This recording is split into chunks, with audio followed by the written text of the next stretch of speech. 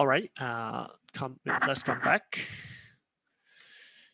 Now, that is the problem we want to handle. You have a solid sphere. Now, it's not a shell. All the mass is now, the sphere inside is filled uniformly with mass, okay? We have a solid sphere. And we put a point mass m at the distance small r from the center. The radius of the sphere is capital R. And we want to find the gravitational force between this point mass m and all the masses of the sphere, okay? Now we handle the problem like this. We draw imaginary shell of radius small r, as indicated by a dashed line. So the dashed line is a spherical volume of radius small r.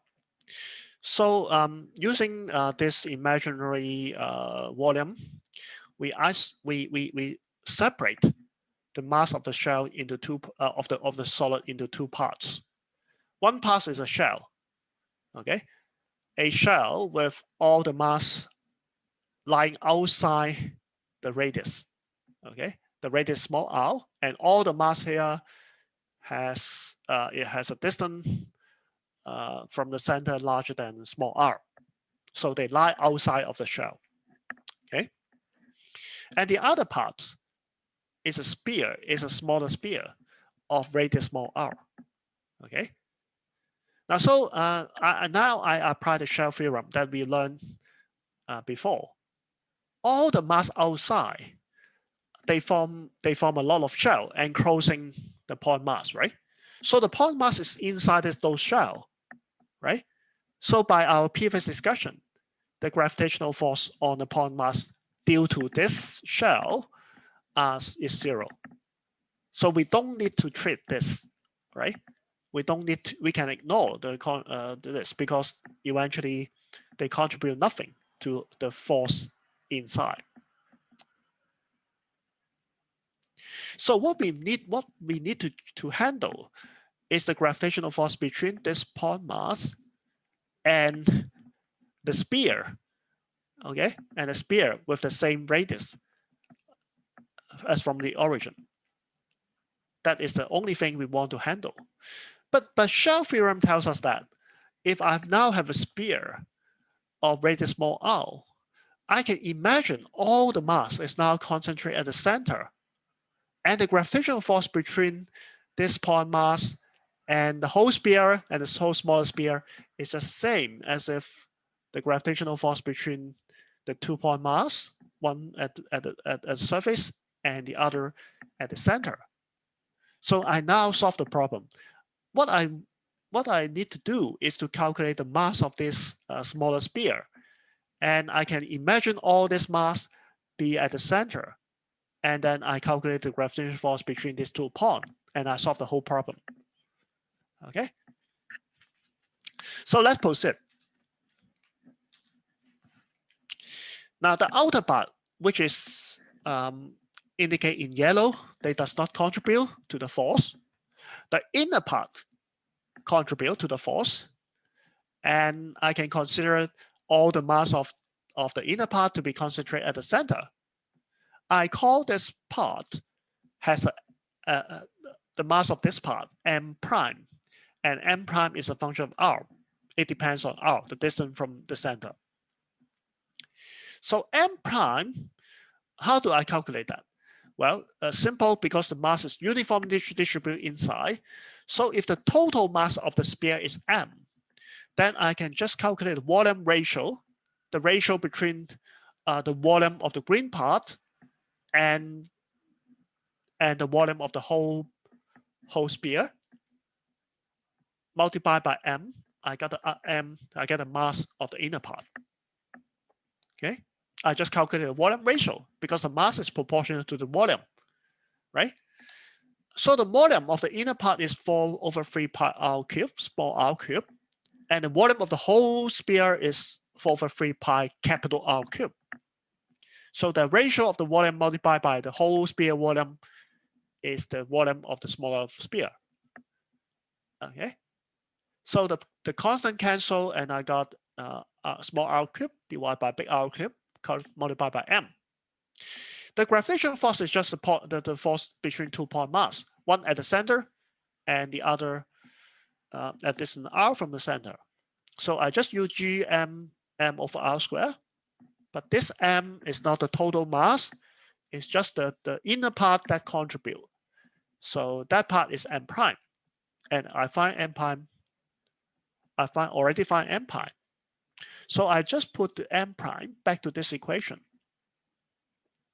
And after canceling 2 of the r, this is r cube, this is r squared, so I cancel 2r. I got minus GMM small r divided by capital R cube. So I got the result now. Okay, this is a force acting on this point mass m. Now I may like to draw a plot to see the variation of the force with distance. Outside the shell, just we have the inverse square law of force, right? The force is just GMM over R squared. And it's negative because they're attractive. So it just falls to 0 like this. Okay. And inside the sphere, the force is GMM small r divided by R cube, and that is proportional to R. So that is a straight line, and the straight line is starting from the origin at R equal to 0 is 0. And since it's negative, so we have a negative slope, and it's linearly proportional to R. So the straight line that goes along like this, and at the surface of the sphere, this straight line just match with the 1 over R squared force outside. Okay, so this is the force variation. Now you can also find the potential energy by integrating the force over distance from infinity to R with a minus sign. Now, but that calculation is a bit difficult. It's straightforward, but a little bit more complicated. So I prefer not to bother you with it here. Because when you want to find the potential energy inside, you have to integrate all the way from infinity to a point that's inside. So you have to do 2 integration. The first integration is the integrating 1 over R squared from infinity to the surface of the sphere. And the other integration is to integrate this force that is proportional to R from capital R to small r. So you need to add up these 2 integration. Okay, so that requires you to do some work, and I prefer not to introduce it in this course. Now let's have this example. Suppose we have a shell. This shell is a fixed shell. It's not a thin shell. We have a fixed shell of outer radius capital R, inner radius capital R for 2. The center is hollow. Okay. So you have all the matter distribute from in the layer between R over 2 and R, and the total mass I call it m. Okay. So you are required to find the gravitational force outside the whole thing, inside the cavity, okay, and also within the matter in the shell. Okay. Now the outside and the inside, the answer is straightforward. The outside is simply GMM over R squared, because by shell theorem, all the mass can be thought of concentrated at the center, right? So for the outside, the force is simply upon mass, the force. For inside, the force is 0, because the point is all inside the shell. The difficult thing is, how do you find the force on the mass that lies within the matter here, okay, at a distance small r from the center? That is the point. Now you try to do it. The trick is that the hint is that you draw a thin spherical shell of radius small r, and you calculate the mass enclosed inside. Okay. So I leave it to you as a classwork. Please let me know how do you calculate it after 5 minutes. Now you don't need to calculate all the way to the answer. You just let me know your way of thinking. If you got the right equation, it's okay. Okay.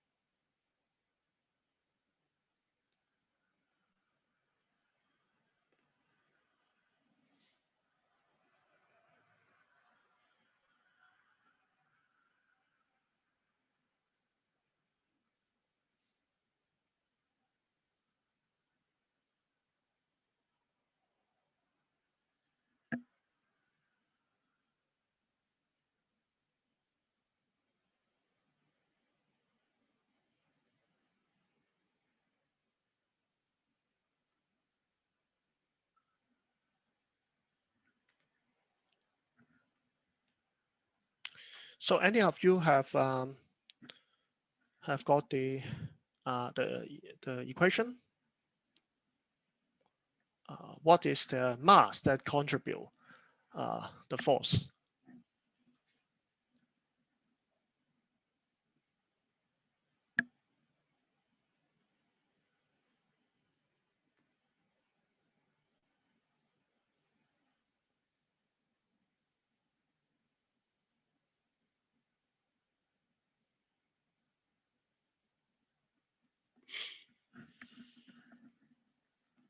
Any idea? Any of you have got the preliminary equations? Now I share with you like this.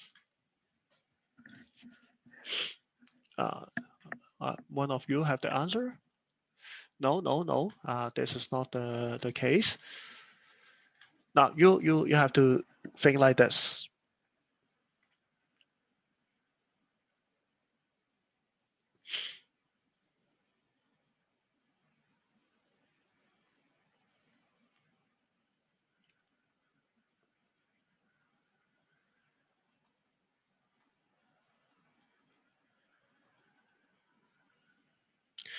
Now we are talking about a point mass that lie inside the matter of the fixed shell, right?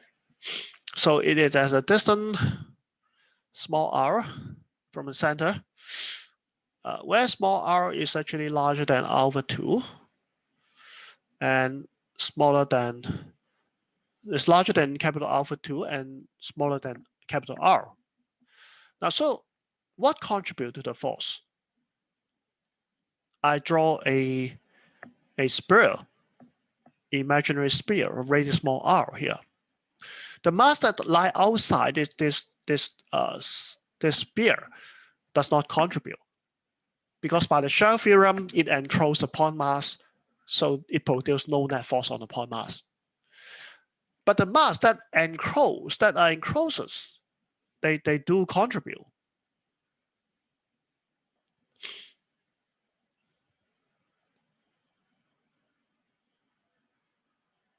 Sorry.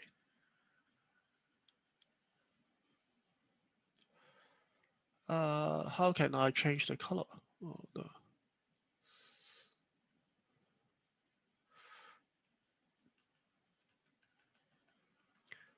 This part of the mass will contribute to the force, right? But how do I calculate this part? Well, it's not difficult. Yeah, I think you got it. You got it right. No. I think it is not small r plus big R/2. It's not that. Now let's see how do I calculate that? Now, what is the volume of the green part? The volume of the green part, let's write like this, is 4/3π small r cubed minus the cavity, right? Minus the volume of the cavity. So 4/3π capital R/2 cubed. Is that right? But what is the total volume of matter in the object?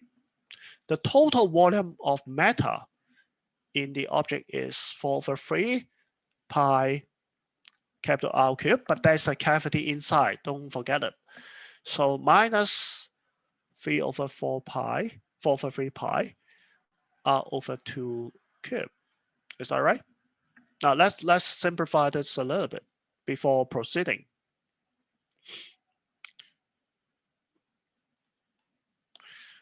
This factor is actually 1/8, right? So I got 3/4π multiplied by 7/8. Is that right? Now let's this one, I will have 3/4π small r cubed minus r cubed over 8. Is that right? Now, so what is the mass of the green part? The mass of the green part is just the volume of the green part divided by the whole volume, right? Multiplied by the mass of the object. Is that right? Because I'm finding the volume ratio. The mass is uniformly distributed over the volume. So the larger the volume here, the larger is the mass, right? So I just calculate the volume ratio between the green part and the whole object. I multiply by the total mass, I got the mass of the green part. Now, so it is easy. I just use this ratio. The factor of 4π/3 cancel, and I'm eventually left with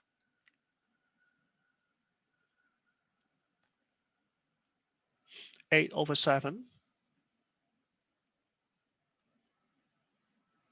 small r cubed divided by big R cubed minus 1/8. Okay, this R cubed cancel. This is the mass of the green part. Is that right? Now the force become easy. The force is just Gm, the green part run, right? The green part mass. I just imagine the green part mass to be concentrated at the center, and the point mass I'm consider divided by R squared. So the answer is what? The answer is G 8/7 G. When I divide it by R squared, I got R/R cubed minus 1/8 R squared. So that is the answer.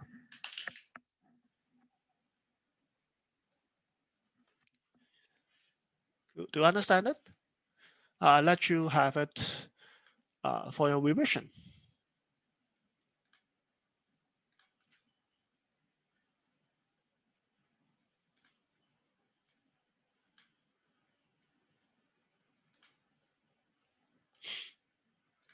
So let's go back.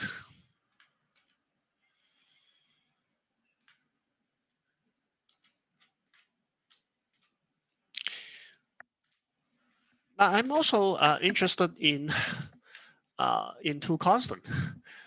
One constant is the big G, and the second constant is the acceleration due to gravity on the Earth's surface. Now, the acceleration due to gravity on the Earth's surface is just the weights. When I multiply by mass of the object on the surface, I just got the weights, right? The weights of the object. And the weight of that object is actually the gravitational force acted on that object by the Earth. So mg0 is just minus gmm over R squared. I should not have a minus sign here because I'm talking about magnitude. So I should not have a minus sign. Please get rid of this.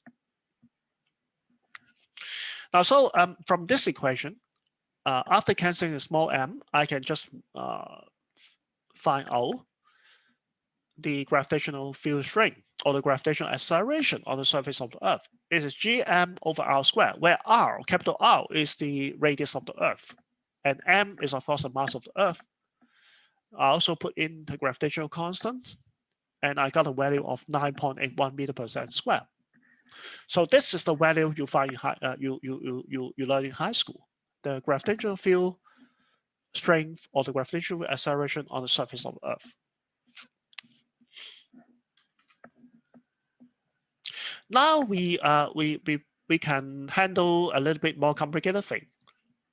Suppose now you are at the equator. This mass m is at the equator on the Earth. Because the Earth is self-rotating, okay? The Earth is self-rotating. So that means the net force on this small mass must not be zero. Because I'm in circular motion, so I need the inward centripetal force.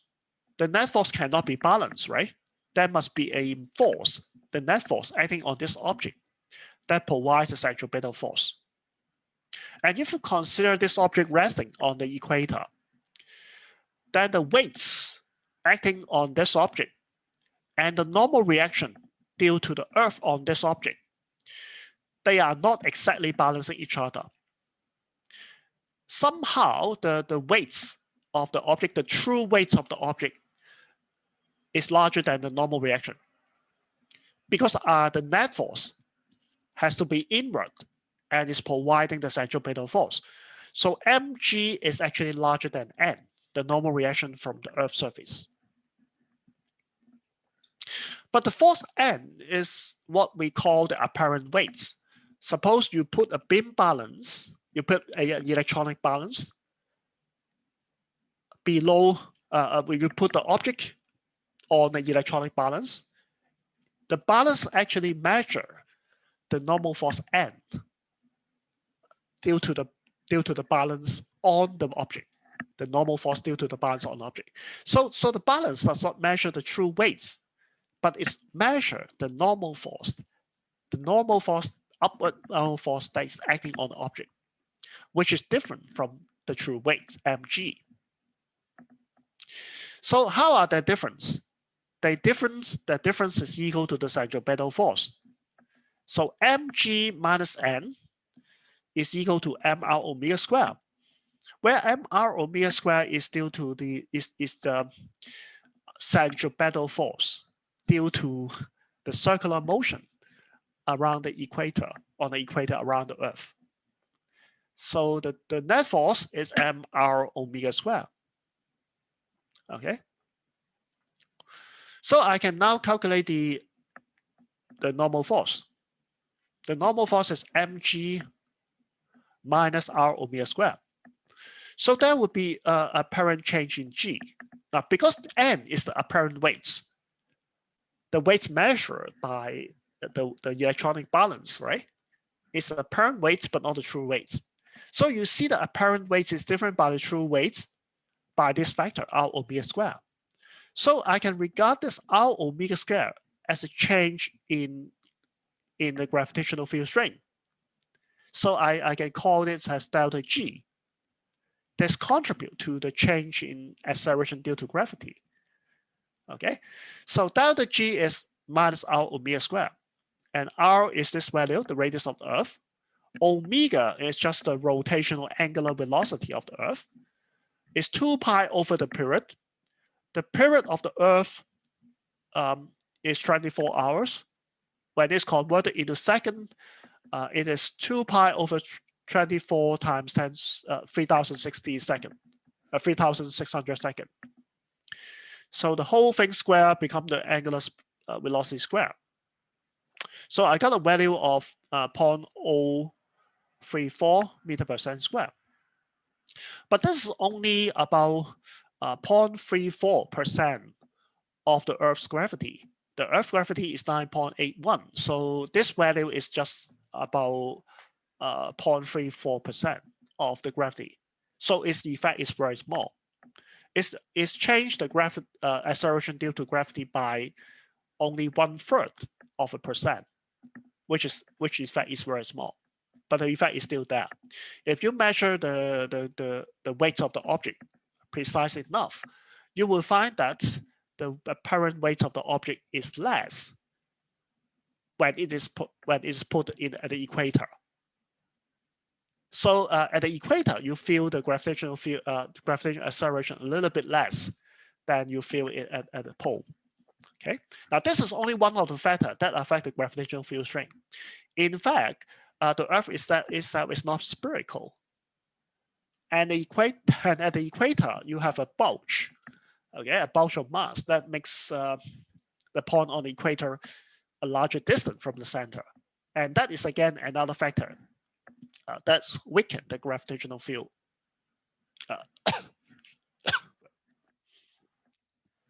But that is another variation, and so that's why the value of G varies from place to place on Earth. The first reason is the rotation of the Earth. The second reason is that the Earth itself is not spherical. It's actually flatter at the equator, at the pole, and it's wider. The radius is larger on the equator. Okay, so you feel a stronger gravitational field at the pole than at the equator. Now, another quantity of interest is called the escape velocity or the escape speed. It is defined at the minimum velocity of an object projected on the surface of the Earth that is required to leave the Earth's gravity forever. Okay, so if you project an object with this speed, that speed, or higher than that speed, then that object will leave the Earth forever. Okay.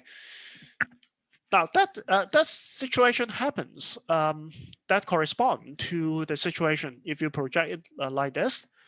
If you can go to infinity, then at infinity the minimum speed must be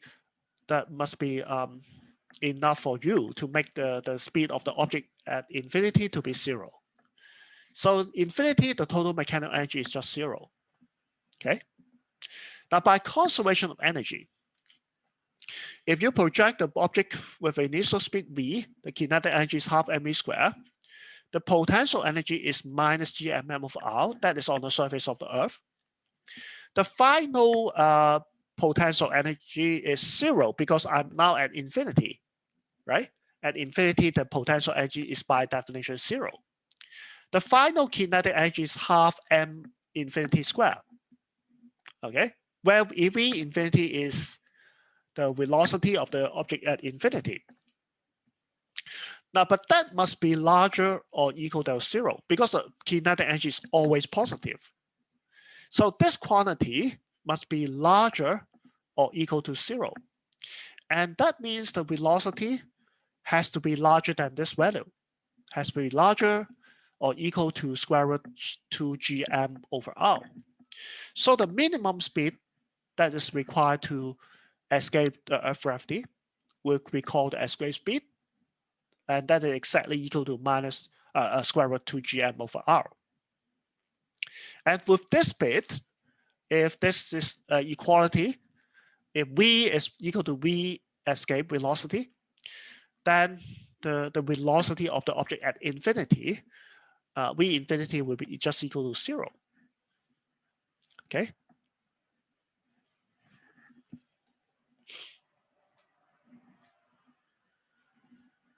Now then we shall talk about a circular orbit under gravity.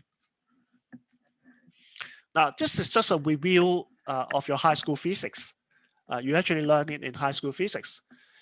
Consider an object in a circular orbit around another more massive object. And suppose this more massive object is essentially a rest because it's large mass, so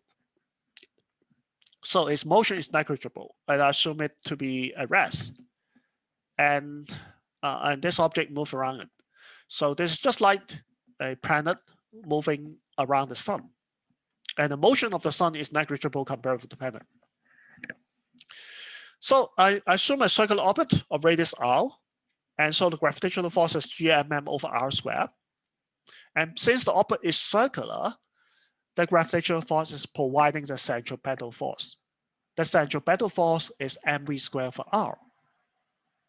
So I equate the centripetal force mv squared for r with the gravity force gmm over r squared. And after canceling one of the r on both sides, I can solve for the velocity.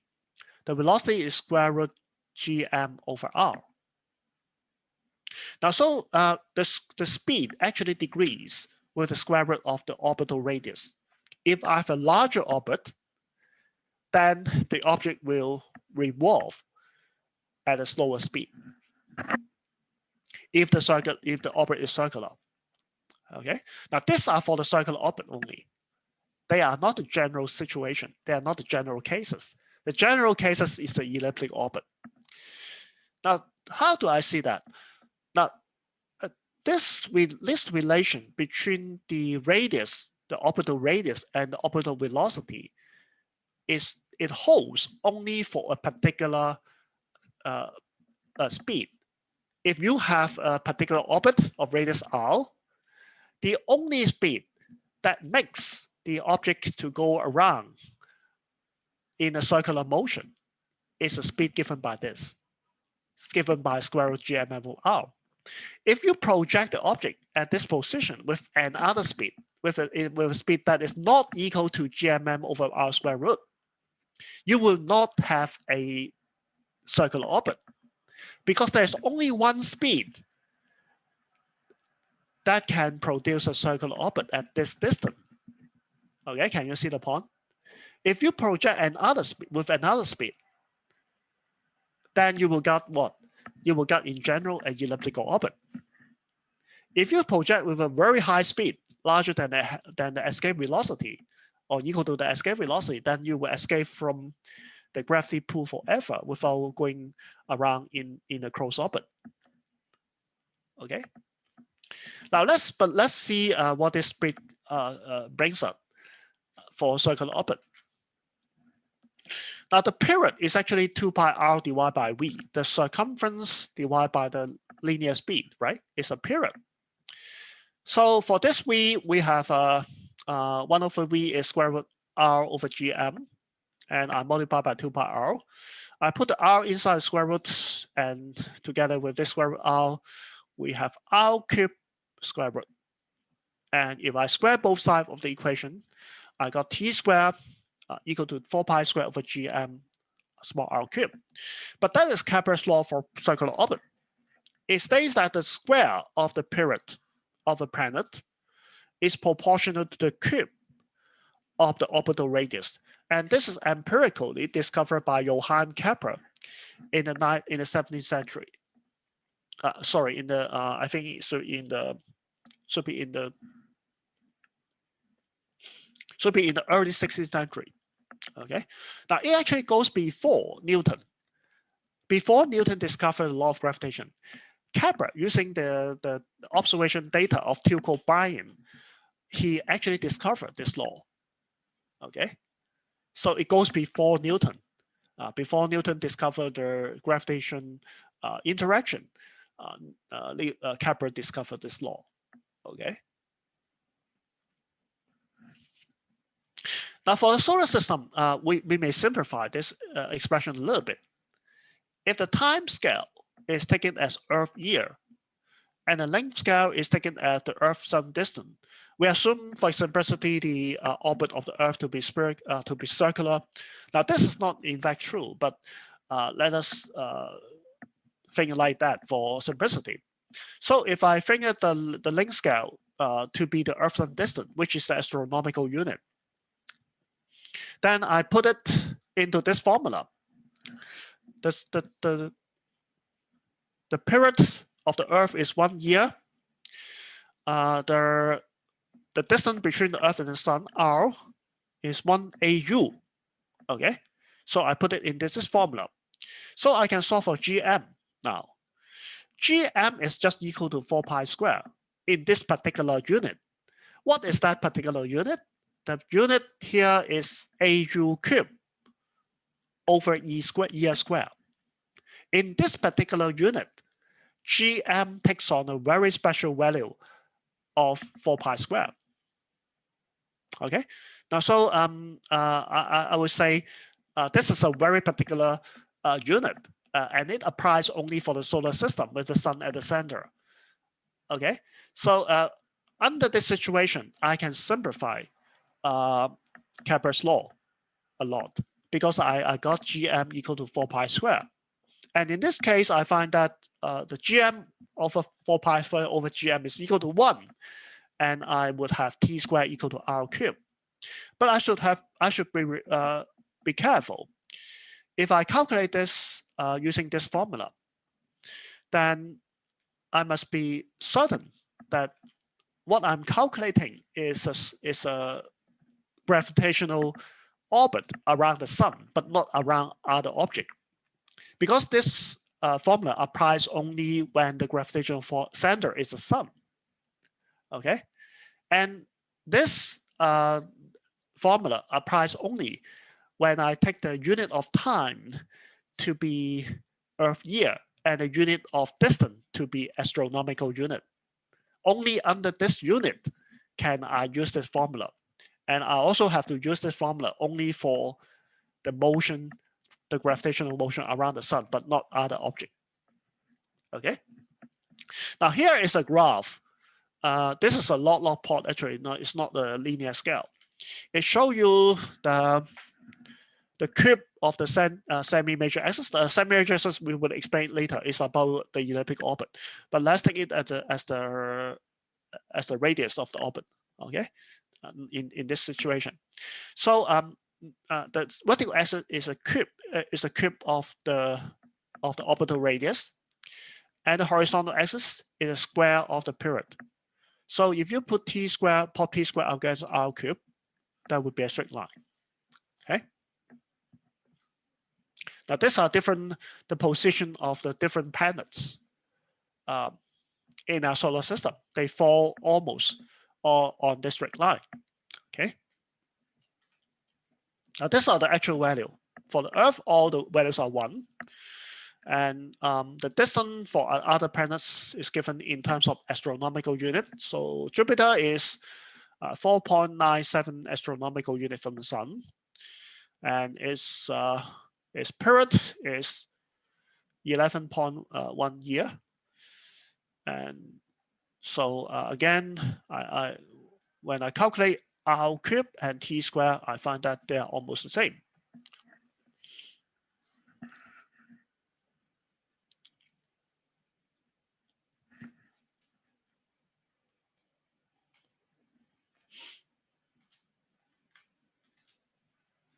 Now here is an example, a simple example. Now in this situation, we have another gravitational center. The gravitational center is not the Sun, but Jupiter. We consider the motion of the Galilean moon around Jupiter. Okay, so Jupiter has a lot of satellite, natural satellite, but 4 largest satellites of Jupiter, they were discovered by Galileo some 400 years ago. Okay, and they are called Ganymede, Callisto, Io, and Europa. And suppose we know Io has the optical radius of this value and the period of 1.77 days. And suppose Callisto has an optical radius of 1.88 times 10 to the power 9 meter. And you are required to find the period of Callisto by using Kepler's third law. And you can also find the mass of Jupiter from the equation. Now, how do we handle this question? Now, we apply Kepler's third law in this form. But since we want to find the mass of Jupiter, we solved the equation with m as a subject. So m is 4 pi square r cubed divided by gm squared. What is the period of the planet Io? I convert the days into second. One day is 24 times 3060 seconds. So I convert the number of days into second, and I put it back to this equation as a period. And I also know the orbital radius of Io, which is r. And so I put in all the constant here. I get the mass of Jupiter. Okay.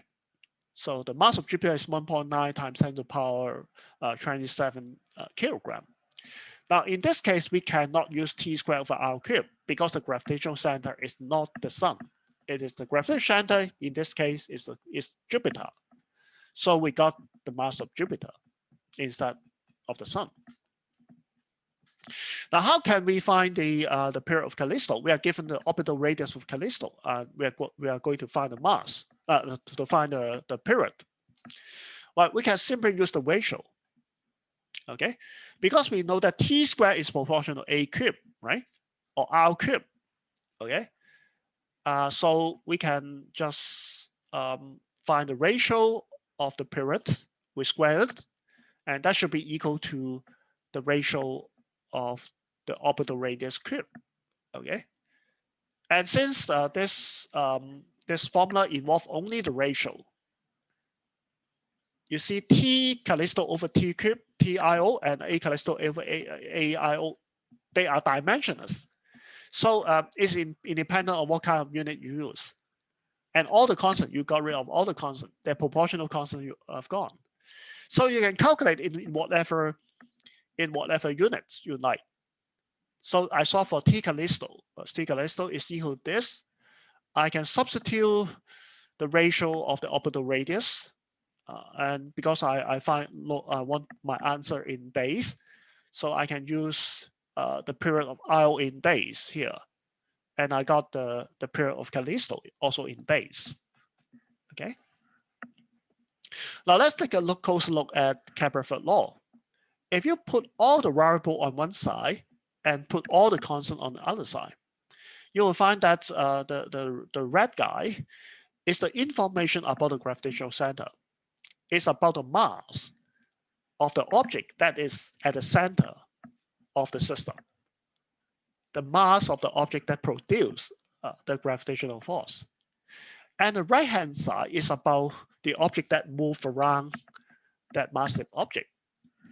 It says that for different objects, moving in circular orbit around that massive object, the ratio of the orbital radius cube to the square of the period of the orbit is a constant, and the constant depends only on the gravity of the center. Okay, so all celestial body moving in a circular orbit, they have the same ratio of r cube over t squared. And this whole as long as we refer to a particular gravitational center. Okay.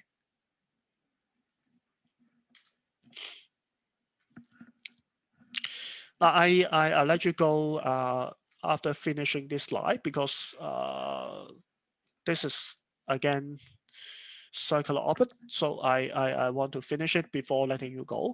But this is again a review. Why? Because we still start with this equation for circular orbit. GMM of r squared is equal to mv squared for r. The gravitational force is providing the centripetal force for circular orbit. And we are now going to derive the energy of a circular orbit. Now, instead of canceling, finding v, we now cancel one of the r, and we find mv squared. Why do we like to find mv squared? Because we want to find the kinetic energy of the planet around the sun. So the kinetic energy is given by half mv squared, and by this formula, it is equal to gmm over 2r. Okay, we just divided by half, right, to get the kinetic energy. But the gravitational potential is minus gmm of r, right? So it is equal in magnitude to 2 times the kinetic energy. If I multiply the kinetic energy by 2, I get the gravitational energy. But they are different in sign, so I have to put a sign here, a minus sign here. So U is equal to minus 2k. And the total mechanical energy is equal to the potential energy plus the kinetic energy. And since U is equal to minus 2k, I can put the minus 2k here. And so eventually I get minus k, and minus k is minus gmm over 2r. So this is the total energy, total mechanical energy of the planets, including the potential energy and the kinetic energy. Okay. So this is the value of the total energy. Now the energy being negative means that the planet is gravitationally bound to the sun. If I go to the smaller orbit, if the orbit radius decreases, then this quantity, because the r is in the denominator, so if our r is getting smaller, then 1 over r will be getting larger. And so the quantity will be becoming more negative. So the energy will decrease, right? And that exactly happens when you have a satellite going around Earth. But if the satellite is slowed down by the frictional force, say the satellite now collide with the atmosphere of the Earth, and because of the friction, the satellite has a decrease in energy. And if the energy decreases, the E goes to a more negative value, then you will have the orbital radius also decrease. So the satellite will now be cruising closer to the Earth with a smaller radius, with an orbit with a small radius. And eventually there will be further decrease in energy. And so the orbit will be getting smaller and smaller until at a certain instant, the decrease in energy may be too much. And then the orbit, the satellite will be attracted by the force of gravity and collides with the Earth. Okay, so that is what happens with energy of a satellite. So we better stop here. So if you have any question for me, then please ask now.